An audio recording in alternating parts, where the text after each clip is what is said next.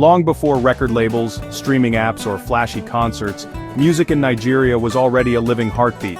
In the villages, towns, and cities, music flowed through daily life. Drums at festivals, chants in markets, lullabies at night, and praise songs in palaces.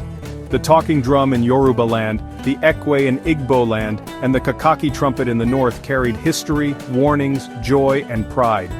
Music was not just entertainment, it was communication, spirituality, and memory. But the journey to what we now call the Nigerian music industry began in the early 1900s during colonial times. Western instruments, guitars, horns, and pianos, arrived through missionaries, sailors, and traders. Nigerian musicians, curious and inventive, began blending these foreign sounds with local rhythms. This fusion gave birth to styles like highlife, carried in from Ghana, but transformed by Nigerian voices. By the 1930s and 1940s, dance bands sprang up in Lagos, Calabar, and other port cities. The likes of Rex Lawson, Victor Olaya, and Bobby Benson made highlife the soundtrack of urban nightlife. Clubs were buzzing and gramophone records began to spread the sound beyond the dance halls.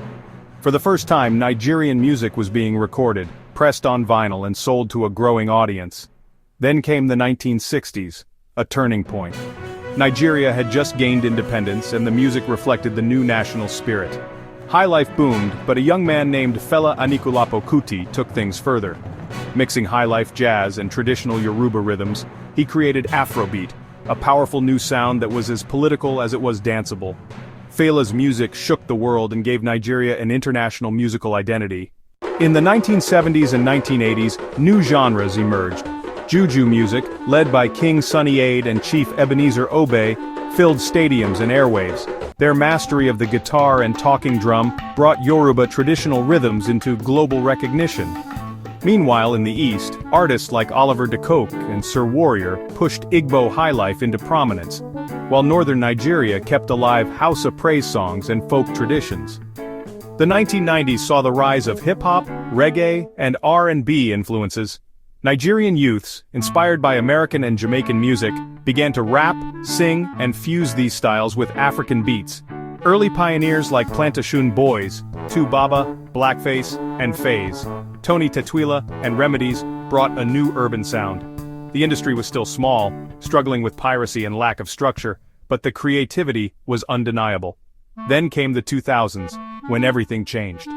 Nigerian music embraced a unique identity now known as Afrobeats, with an S to distinguish from Fela's Afrobeat. Artists like D'banj, Tu Baba, Square, and Wizkid turned local hits into international anthems. The internet, music videos, and global collaborations opened doors wider. Suddenly, Lagos was not just a city of traffic and hustle, it was the music capital of Africa. Today, Nigerian music is global. From Burna Boy's Grammy to Thames writing for Rihanna, from Davido filling arenas to Asake topping charts, the journey that began with drums in villages has become a worldwide wave. The industry is now a billion-dollar powerhouse, but at its core, it still carries the same heartbeat that started it all, the rhythm of Nigeria's soul.